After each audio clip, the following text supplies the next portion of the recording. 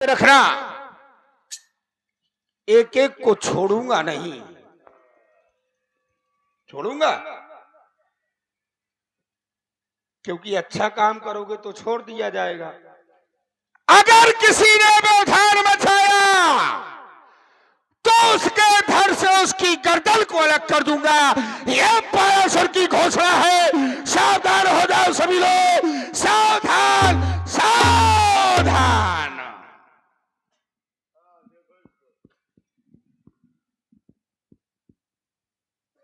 भोले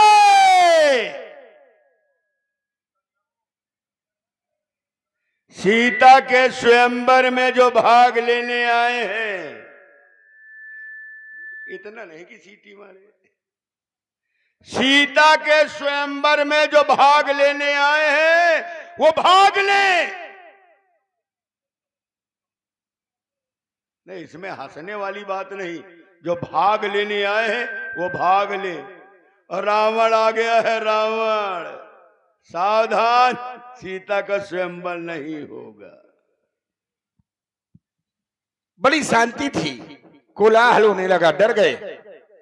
डरने की जरूरत नहीं है क्योंकि यहां पर अभी बाणासुर है ना, और जब तक बाणासुर है कोई नहीं डरेगा। क्यों डर लग रहा है क्या? ये बच्चा डर गया तुमसे? हाँ, डर गए हो? कह रहा नहीं डरा, चाहे जैसे जितने रावण आ जाए।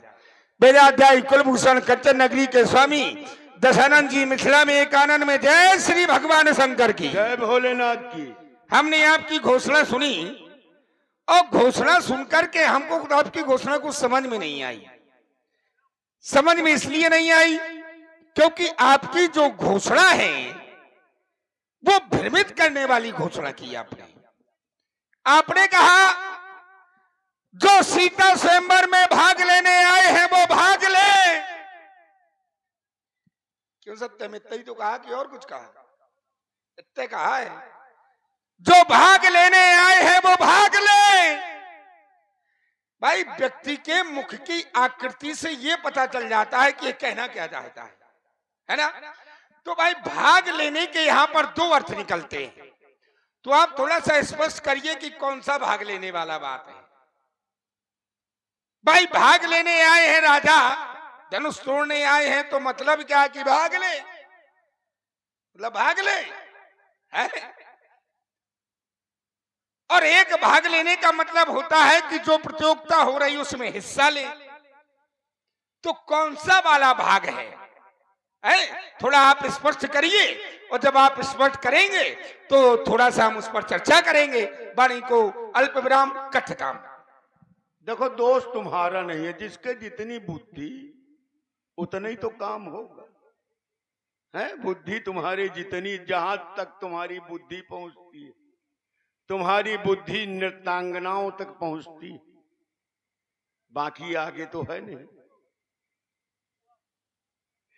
भाई, चर्चा यह है, युद्ध के मैदान में किसी कायर डरपोक व्यक्ति को अस्त्र शस्त्र दे दो और कहो जाओ लड़ो, तो जो कायर है वो लड़ने जा सकता है क्या?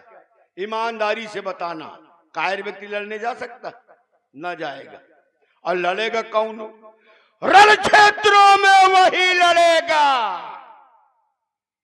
रण क्षेत्रों में वही लड़ेगा जिसका बड़ा कलेजा है। अब बातें उतनी वही करेगा जिसके जितना भेजा है, और जिसके भेजे नहीं होता वही भेजे जाते। अब ये बिना भेजा वाले घूम रहे हैं। भाई, मैंने क्या कहा था? सीता के स्वयंवर में जो भाग लेने आए हैं भाग ले।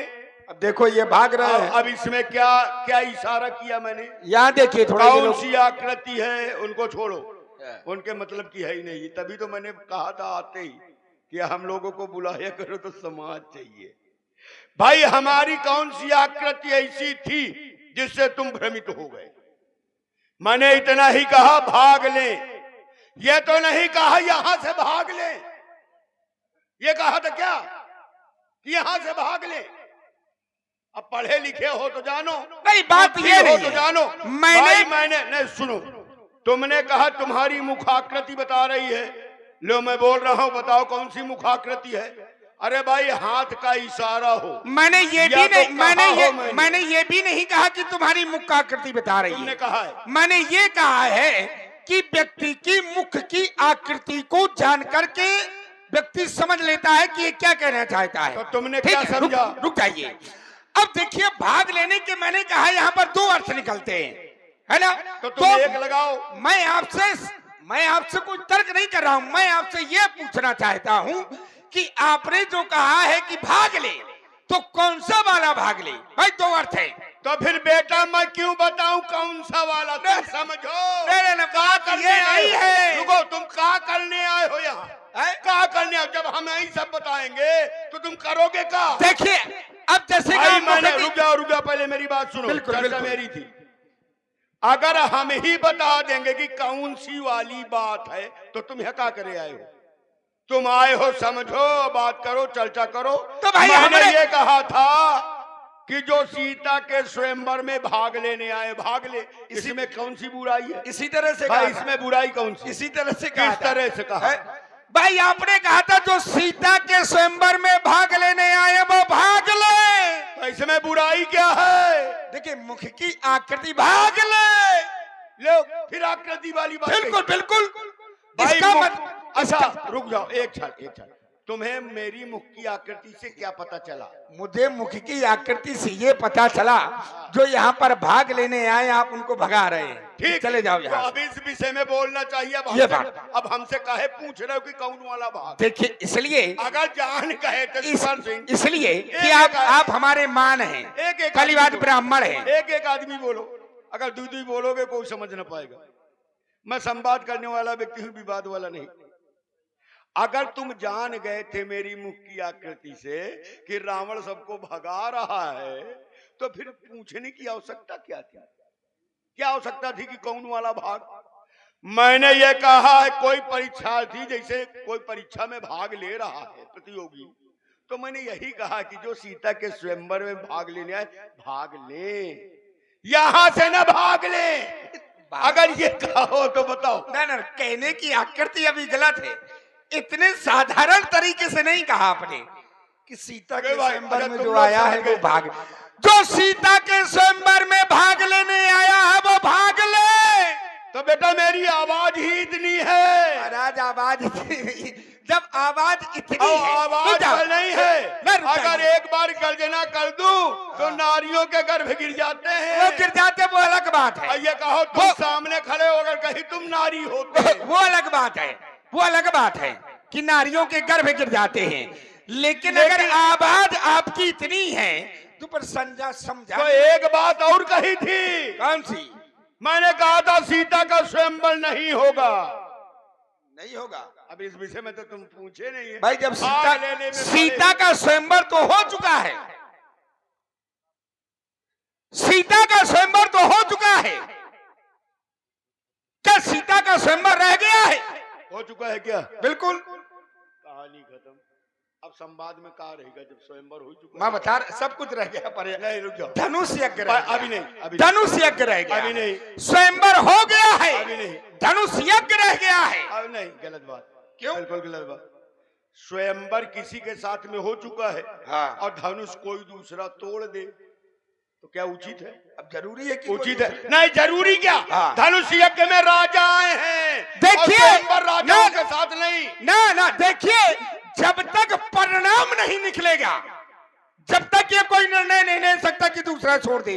देखो मैं जिसके साथ स्वयंवर हुआ है शायद वही तोड़े। नहीं, मैं चौपाई पढ़ रहा हूं। जैसे जिसके साथ स्वयंवर हुआ है वो धनुष नहीं तोड़ सकता, क्योंकि राजा जनक का प्रण क्या है? क्या है? राजा जनक का प्रण है, दीप दीप के भूपति नाना आए सुन जो हम पर ठाना। किसने सुना? भूपति, राजाओं ने। कौन आए? राजा। ठीक है, धनुष कौन तोड़ेगा? राजा। स्वयंवर किससे हुआ है? अब बताओ सीताराम कैसे होगा? हो गया। ठीक है, देखिए, राजा जनक अपने प्रण में परिवर्तन भी ला सकते हैं। ये ना कहो कब क्या हो जाए, समय समय की बात है, समय समय की बात, और किसी समय का दिन बड़ा तो किसी समय की रात, ये समय की बात है।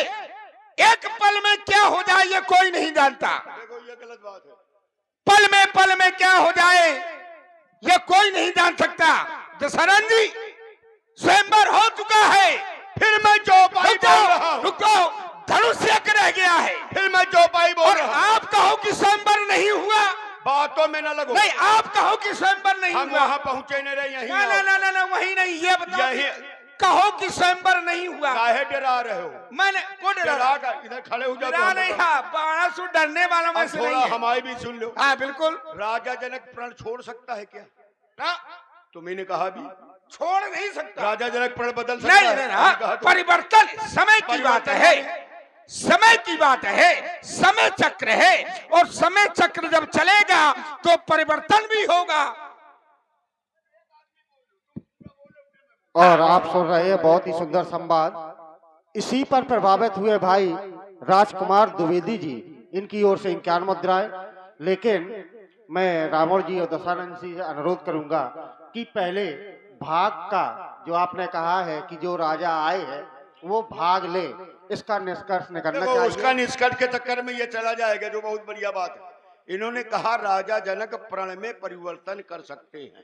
ठीक, मुंह से कह देना अलग बात है, प्रमाणित करो कि कर सकते हैं। अब मैं प्रमाण नहीं, वो अपने अपने समय में बोलो। अब नहीं तो कहा मैं शांत हो जाओ, तुम बोलो। अब मैं यहाँ कह रहा हूं कि राजा जनक प्रण में परिवर्तन नहीं कर सकता। सुकृति जाए जो प्रण परिहराऊं, सुकृति चली जाएगी अगर मैं प्रण को छोड़ दूं या प्रण में परिवर्तन कर दूं। ये ग्रंथ बता रहा है, मुंह से कह देने में नहीं होता कुछ। प्रमाण करो कि राजा जनक परिवर्तन कर सकते हैं, बस सीधी सी बात है, इतना ही बोलना है। चलिए, बहुत अच्छी बात। देखिए, छोड़ना परिवर्तन करना ये दोनों अलग अलग विषय हैं। छोड़ना सुकृति जाए,